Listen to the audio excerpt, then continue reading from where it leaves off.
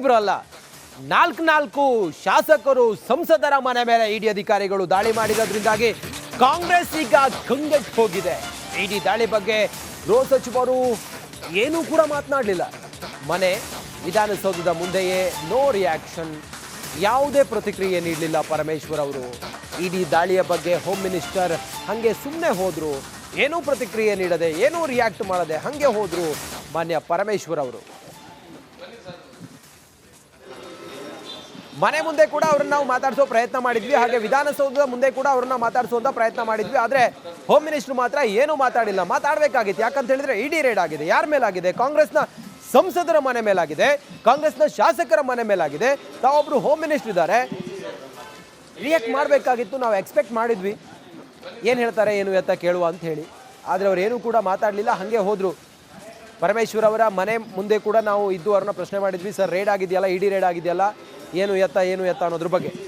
ಅಲ್ಲೂ ಕೂಡ ಮಾತಾಡಲಿಲ್ಲ. ಅದಾದ ನಂತರ ವಿಧಾನಸೌಧದ ಮುಂದೆ ಕೂಡ ನಮ್ಮ ರಿಪೋರ್ಟರ್ ಪ್ರಶ್ನೆ ಕೇಳ್ತಾರೆ, ಆದರೆ ಅಲ್ಲೂ ಕೂಡ ಪರಮೇಶ್ವರ್ ಅವರು ಏನೂ ಚಕಾರ ಎತ್ತದೆ ಹಾಗೆ ಸುಮ್ಮನೆ ಹೋದರು.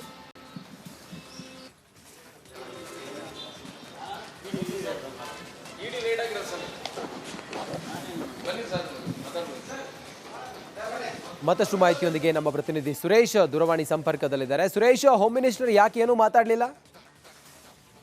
ರಂಜಿತ್, ಸಹಜವಾಗಿ ಒಂದು ಇಡಿ ತನಿಖೆ, ಇಡಿ ದಾಳಿ ಅಂತ ಸಂದರ್ಭದಲ್ಲಿ ಒಂದಷ್ಟು ಮಾಹಿತಿಗಳು ಬೇಕಾಗುತ್ತೆ. ಅಧಿಕೃತ ಮಾಹಿತಿಗಳು ಇಲ್ದೇನೆ ಸಚಿವರು ಕೂಡ ಉತ್ತರ ಕೊಡೋದಕ್ಕೆ ಕಷ್ಟ ಆಗ್ಬೋದು.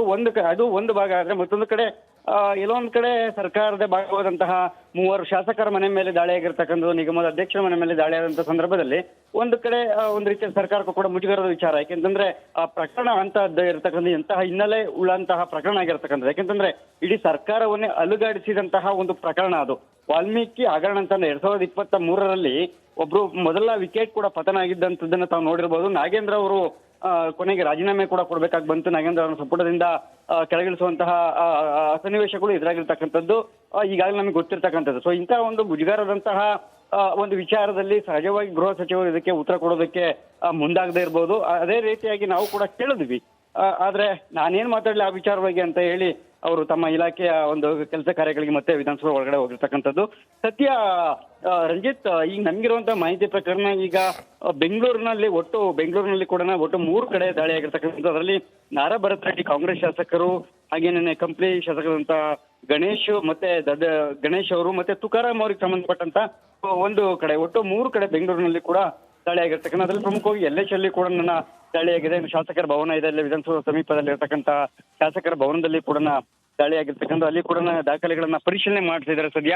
ಆದ್ರೆ ಈವರೆಗೂ ಕೂಡ ಯಾವುದೇ ಅಧಿಕೃತವಾದಂತಹ ದಾಖಲೆಗಳಾಗ್ಲಿ ಅಥವಾ ಹಣದ ವಹಿವಾಟಿನ ಸಂಬಂಧಪಟ್ಟಂತಾಗ್ಲಿ ಯಾವುದು ಕೂಡ ಮಾಹಿತಿ ಅಧಿಕೃತವಾಗಿ ನಮಗೆ ಲಭ್ಯ ಆಗಿಲ್ಲ. ಈವರೆಗೂ ಕೂಡ ಇನ್ನೂ ಅಧಿಕಾರಿಗಳು ದಾಳಿಯನ್ನ ಮುಂದುವರಿಸಿದ್ದಾರೆ. ಬಳ್ಳಾರಿ ಭಾಗದಲ್ಲಿ ಹೆಚ್ಚಿನದಾಗಿ ದಾಳಿ ಆಗಿರ್ತಕ್ಕಂಥದ್ದು. ಈ ಬಾರಿಯ ವಿಶೇಷ ಅಂತ ಅನ್ನೋದಾದ್ರೆ, ಈ ಹಿಂದೆ ಏನು ಬಸನಗೌಡ ದದ್ದಿಲ್ಲ ಏನಿದ್ರು ವಾಲ್ಮೀಕಿ ಅಭಿವೃದ್ಧಿ ನಿಗಮದ ಅಧ್ಯಕ್ಷ, ಅವರನ್ನ ಕೂಡ ಕರೆದು ವಿಚಾರಣೆ ಮಾಡುವಂತದ್ದಾಗಿತ್ತು. ಜೊತೆಗೆ ಅವರ ಮನೆಗಳ ಮೇಲೆ ಕೂಡ ದಾಳಿ ಆಗಿತ್ತು. ಆದ್ರೆ ಈ ಬಾರಿ ಅವ್ರ ಮನೆ ಮೇಲೆ ದಾಳಿ ಆಗಿಲ್ಲ, ಮತ್ತೆ ಅವರ ಸಂಬಂಧಪಟ್ಟಂತೆ ಎಲ್ಲಿಯೂ ಕೂಡ ದಾಳಿ ಆಗೋದಾಗ್ಲಿ ಅವ್ರಿಗೆ ವಿಚಾರಣೆ ಆಗ್ಲಿ ಆಗಿಲ್ಲ. ಈ ಬಾರಿ ಆಗಿರ್ತಕ್ಕಂಥದ್ದು ಒಂದು ನಾಗೇಂದ್ರ ಅವರು, ಮಾಜಿ ಸಚಿವರು, ಹಾಗೆ ಕಂಪ್ಲಿ ಶಾಸಕರಂತ ಗಣೇಶ್, ಹಾಗೇನೆ ನಾರಾ ಭರತ್ ರೆಡ್ಡಿ ಬಳ್ಳಾರಿ ಬಳ್ಳಾರಿ ನಗರ ಶಾಸಕರು. ಸೊ ಈ 3 ಶಾಸಕರನ್ನ ಈಗ ಟಾರ್ಗೆಟ್ ಆಗಿಟ್ಕೊಂಡು, ಅಂದ್ರೆ ಕಳೆದ ಒಂದು 2023ರಲ್ಲಿ ದಾಖಲಾದಂತಹ ಪ್ರಕರಣ ಐತಿ. ಈ ಪ್ರಕರಣದಲ್ಲಿ ಒಟ್ಟು 12 ಜನರ ವಿರುದ್ಧ ಚಾರ್ಜ್ ಶೀಟ್ ಸಲ್ಲಿಕೆ ಆಗಿತ್ತು. ಈ 12 ಜನರ ಸಂಬಂಧಪಟ್ಟಂತೆ ಇದೀಗ ತನಿಖೆಯ ಆಯಾಮಗಳು ಒಂದೊಂದಾಗಿ ಬದಲಾಗ್ತಾ ಹೋಗುತ್ತೆ. ಇದು ಕೇವಲ ದಾಳಿ ಅಂತಕ್ಕಂಥದ್ದು ಒಂದು ಭಾಗ. ದಾಳಿಯ ನಂತರ ನೋಟಿಸ್ ಕೊಡ್ತಕ್ಕಂಥದ್ದು, ಯಾವ ದಾಖಲೆಗಳು ಸಿಗುತ್ತೆ, ಯಾವ ಮಾಹಿತಿಗಳು ಸಿಗುತ್ತೆ, ಆಧಾರದ ಮೇಲೆ ಅವ್ರಿಗೆ ನೋಟಿಸ್ಗಳನ್ನ ಕೊಡ್ತಾರೆ. ಆ ನಂತರ ಶುರು ಆಗ್ತಕ್ಕಂಥದ್ದು ಇಡೀ ವಿಚಾರಣೆಗೆ ಕರೆಸ್ಕೋತಾರೆ. ಅದು ಬೆಂಗಳೂರಿಗೆ ಕರೆಸ್ಕೋಬಹುದು ಅಥವಾ ಡೆಲ್ಲಿ ಕರೆಸ್ಕೋಬಹುದು ವಿಚಾರಣೆಗೆ. ಅದು ಸಿಗುವಂತಹ ದಾಖಲೆಗಳಿರುತ್ತಲ್ಲ, ಅದರ ಆಧಾರದ ಮೇಲೆ ಇಡಿ ತನಿಖೆ ಮತ್ತೆ ಇಡಿಯ ವಿಚಾರಣೆ ತೀವ್ರವಾಗ್ತಾ ಹೋಗುತ್ತೆ. ಮತ್ತೆ ಪ್ರಕರಣ ಕೂಡ ಅಷ್ಟೇ ಗಂಭೀರವಾಗಿ ಹೋಗ್ತಕ್ಕಂಥದ್ದು. ನೋಡಿ, 186 ಕೋಟಿ ಹಣ, 186 ಕೋಟಿ ಅಂದ್ರೆ ಅಲ್ಲಿ ನೋಡಿ, ನೇರವಾಗಿ ಸರ್ಕಾರದ ಖಜಾನೆಯಲ್ಲಿ ಇರ್ತಕ್ಕಂಥ ಹಣವನ್ನು ನೇರವಾಗಿ ಬೇನಾಮಿ ಖಾತೆಗಳಿಗೆ, ನೇರವಾಗಿ ಹಣವನ್ನ ಬೇರೆ ಬೇರೆ ಖಾತೆಗಳಲ್ಲಿ, ಬೇರೆ ಬೇರೆ ಬ್ಯಾಂಕ್ಗಳಿರ್ತಕ್ಕಂತಹ ಬೇನಾಮಿ ಖಾತೆಗಳಿಗೆ ನೇರವಾಗಿ ಹಣವನ್ನು ವರ್ಗಾವಣೆ ಮಾಡ್ಕೊಂಡು ಆ ಹಣವನ್ನ ಚುನಾವಣೆಯ ವೆಚ್ಚಕ್ಕೆ ಬಳಸ್ಕೊಂಡಿದ್ದಾರೆ ಅಂತಕ್ಕಂತಹ ಒಂದು ಗಂಭೀರವಾದಂತಹ ಆರೋಪ ಸದ್ಯ ಈ ಮೂವರ ಮೇಲೆ ಇರ್ತಕ್ಕಂಥ. ಇದರಲ್ಲಿ ಪ್ರಮುಖ ಪಾತ್ರಧಾರಿ ಅಂತಂದ್ರೆ ಏನು ಮಾಜಿ ಸಚಿವ ನಾಗೇಂದ್ರ ಅವರು. ಈ ನಾಗೇಂದ್ರ ಅವರು ಕಳೆದ ಒಂದು ಏನು ಲೋಕಸಭೆ ಚುನಾವಣೆ ಇತ್ತು, ಆ ಸಂದರ್ಭದಲ್ಲಿ ಅವರು ಬಳ್ಳಾರಿ ಉಸ್ತುವಾರಿ ಆಗಿದ್ರು. ಈ ಸಂದರ್ಭದಲ್ಲಿ ಸಹಜವಾಗಿ ಉಸ್ತುವಾರಿ ಸಚಿವರು ಯಾರಿರ್ತಾರೆ ಅವರಿಗೆ ಆ ಕ್ಷೇತ್ರದ ಜವಾಬ್ದಾರಿಯನ್ನ ಕೊಡ್ತಕ್ಕಂಥದ್ದು ರೂಢಿಗತ. ಅದೇ ರೀತಿಯಾಗಿ ಇವರಿಗೂ ಕೂಡ ಏನು ಬಳ್ಳಾರಿಯ ಈಗ ಏನು ಹಾಲಿ MP ಇದ್ದಾರೆ ತುಕಾರಾಂ ಅವರನ್ನ ಗೆಲ್ಲಿಸಿಕೊಳ್ಳುವಂತಹ ಒಂದು ಟಾಸ್ಕ್ ಅನ್ನ ನಾಗೇಂದ್ರ ಅವರಿಗೆ ಕೊಟ್ಟಿದ್ರು.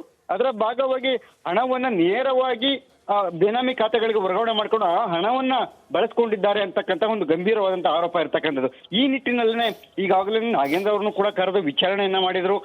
ಅವ್ರನ್ನು ಕೂಡ ಒಂದಷ್ಟು ದಿನ ಅವರು ಕೂಡ ಇಡೀ ಕಸ್ಟಡಿಯಲ್ಲಿ ಇರ್ಬೇಕಾಗಿ ಬಂತು. ಎಲ್ಲವೂ ಮುಗಿಸ್ಕೊಂಡು ಸದ್ಯ ಬೇಲ್ ಮೇಲೆ ಬಂದಿದ್ದಾರೆ. ಆದ್ರೆ ಅವ್ರು ಕೊಟ್ಟಿರ್ತಕ್ಕಂಥ ಹೇಳಿಕೆಗಳಿರುತ್ತಲ್ಲ ವಿಚಾರಣೆ ವೇಳೆ, ಆ ವಿಚಾರಣೆ ಮೇಲೆ ಕೊಟ್ಟಿರ್ತಕ್ಕಂಥ ಹೇಳಿಕೆಗಳಿರುತ್ತೆ. ಅದರ ಆಧಾರವಾಗಿ ಈವರೆಗೂ ಕೂಡ ಅವರು ಇಡಿ ಅಧಿಕಾರಿಗಳು ದಾಖಲೆಗಳ ಸಂಗ್ರಹವನ್ನ ಮಾಡಿರ್ತಕ್ಕಂಥದ್ದು. ಜೊತೆಗೆ ತನಿಖೆಯ ದಿಕ್ಕನ್ನು ಕೂಡ ತನಿಖೆ ಸ್ವರೂಪಗಳು ಕೂಡ ಬದಲಾಗಿ ಇವತ್ತು ಮತ್ತೆ ರೇಡ್ ಆಗಿರ್ತಕ್ಕಂಥದ್ದು.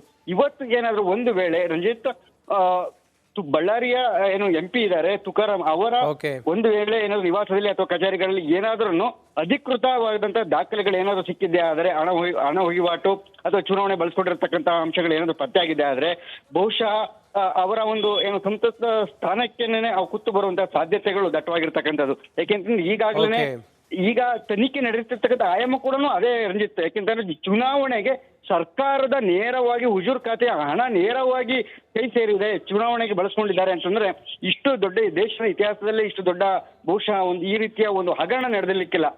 ಇಡೀ ರಾಜ್ಯ ಸರ್ಕಾರವನ್ನ ಕಾಂಗ್ರೆಸ್ ಸರ್ಕಾರವನ್ನ ಬುಡ ಮೇಲು ಮಾಡುವಂತಹ ಪ್ರಕರಣ ಆಗಿರ್ತಕ್ಕಂಥದ್ದು ಇದು.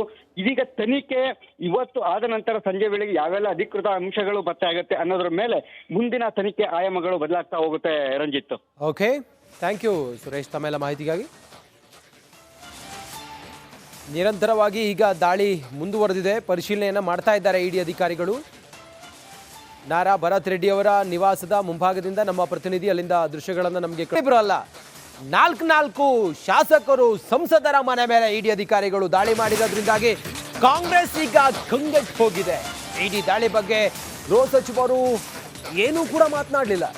ಮನೆ ವಿಧಾನಸೌಧದ ಮುಂದೆಯೇ ನೋ ರಿಯಾಕ್ಷನ್, ಯಾವುದೇ ಪ್ರತಿಕ್ರಿಯೆ ನೀಡಲಿಲ್ಲ ಪರಮೇಶ್ವರ್ ಅವರು. ಇಡಿ ದಾಳಿಯ ಬಗ್ಗೆ ಹೋಮ್ ಮಿನಿಸ್ಟರ್ ಹಾಗೆ ಸುಮ್ಮನೆ ಹೋದ್ರು, ಏನೂ ಪ್ರತಿಕ್ರಿಯೆ ನೀಡದೆ ಏನೂ ರಿಯಾಕ್ಟ್ ಮಾಡದೆ ಹಾಗೆ ಹೋದ್ರು ಮಾನ್ಯ ಪರಮೇಶ್ವರ್ ಅವರು.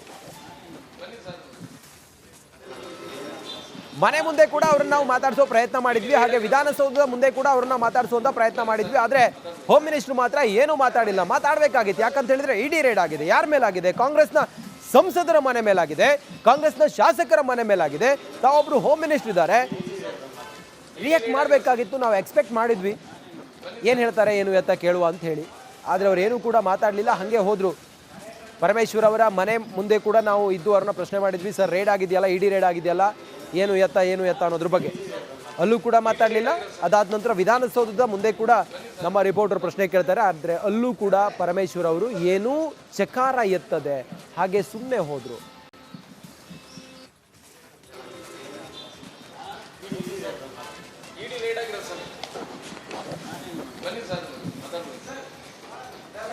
ಮತ್ತಷ್ಟು ಮಾಹಿತಿಯೊಂದಿಗೆ ನಮ್ಮ ಪ್ರತಿನಿಧಿ ಸುರೇಶ್ ದೂರವಾಣಿ ಸಂಪರ್ಕದಲ್ಲಿದ್ದಾರೆ. ಸುರೇಶ್, ಹೋಮ್ ಮಿನಿಸ್ಟರ್ ಯಾಕೆ ಏನೂ ಮಾತಾಡಲಿಲ್ಲ?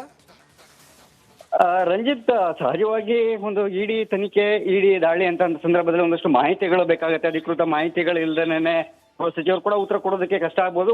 ಅದು ಒಂದು ಭಾಗ ಆದ್ರೆ, ಮತ್ತೊಂದು ಕಡೆ ಎಲ್ಲೊಂದ್ ಕಡೆ ಸರ್ಕಾರದ ಭಾಗವಾದಂತಹ 3 ಶಾಸಕರ ಮನೆ ಮೇಲೆ ದಾಳಿ ಆಗಿರ್ತಕ್ಕಂಥದ್ದು, ನಿಗಮದ ಅಧ್ಯಕ್ಷರ ಮನೆ ಮೇಲೆ ದಾಳಿ ಆದಂತಹ ಸಂದರ್ಭದಲ್ಲಿ ಒಂದು ಕಡೆ ಒಂದು ರೀತಿಯ ಸರ್ಕಾರಕ್ಕೂ ಕೂಡ ಮುಜುಗರದ ವಿಚಾರ. ಯಾಕೆಂತಂದ್ರೆ ಆ ಪ್ರಕರಣ ಅಂತ ಇರತಕ್ಕಂಥ ಎಂತಹ ಹಿನ್ನೆಲೆ ಉಳ್ಳಂತಹ ಪ್ರಕರಣ ಆಗಿರ್ತಕ್ಕಂಥದ್ದು. ಯಾಕೆಂತಂದ್ರೆ ಇಡೀ ಸರ್ಕಾರವನ್ನೇ ಅಲುಗಾಡಿಸಿದಂತಹ ಒಂದು ಪ್ರಕರಣ ಅದು.